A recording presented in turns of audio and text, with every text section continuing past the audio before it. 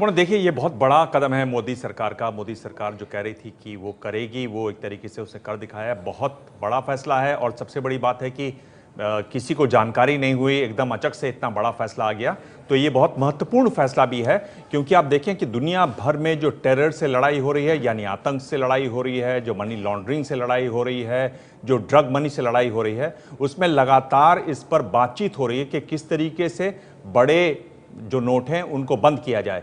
यानी पिछले दिनों ही देखा गया कि एक आतंकी महिला थी, वो पैसे लेकर आई थी टर्की में और उसके पास 40 नोट थे 500 यूरो के।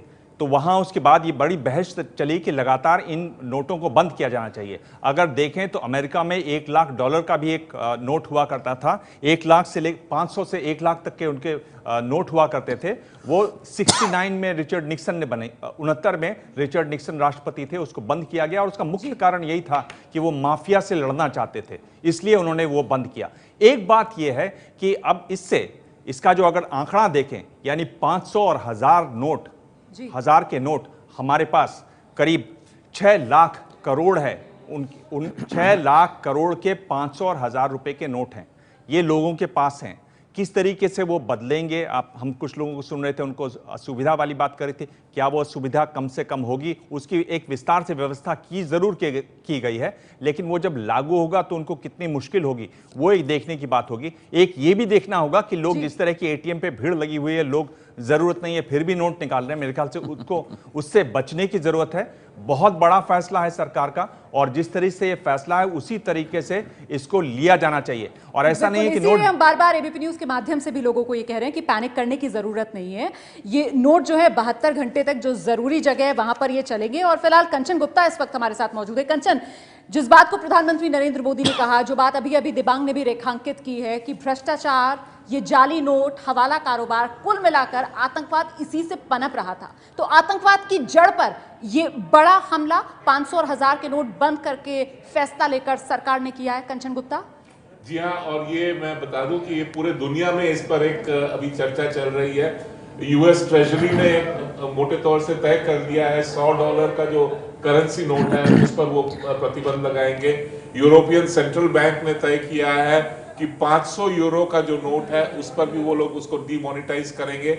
अभी जो दिबांग ने बताया कि टर्की में एक टेररिस्ट को रोका गया जिसके पास 500 यूरो के नोट्स थे। ये जो बड़े डिनोमिनेशन के नोट्स हैं ये ट्रांसफर करना इजी होता है और केवल टेररिज्म नहीं, कोई भी ऑर्गेनाइज्ड क्राइम अगर हो, वो ड्रग्स के संबंधित हो या ह्यूमन ट्रैफिकिंग के लिए हो।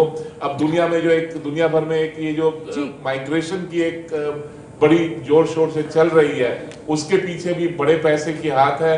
और बिग करेंसी नोट्स अगर आप डीमोनेटाइज कीजिएगा तो शायद इन सब चीजों पर रोक लगेगी। जहां तक भारत का सवाल है, ये करना 3 कारणों से जरूरत था। जैसे अभी फाइनेंस सेक्रेटरी ने बताया कि हमारी इकोनॉमी जो है 2011 और 2016 के बीच में 30% बढ़ी है, लेकिन बड़े करेंसी नोट्स की जो परसेंटेज है वो सर्कुलेशन में उनकी ग्रोथ 60 से 70% तक उसका ग्रोथ हुआ है।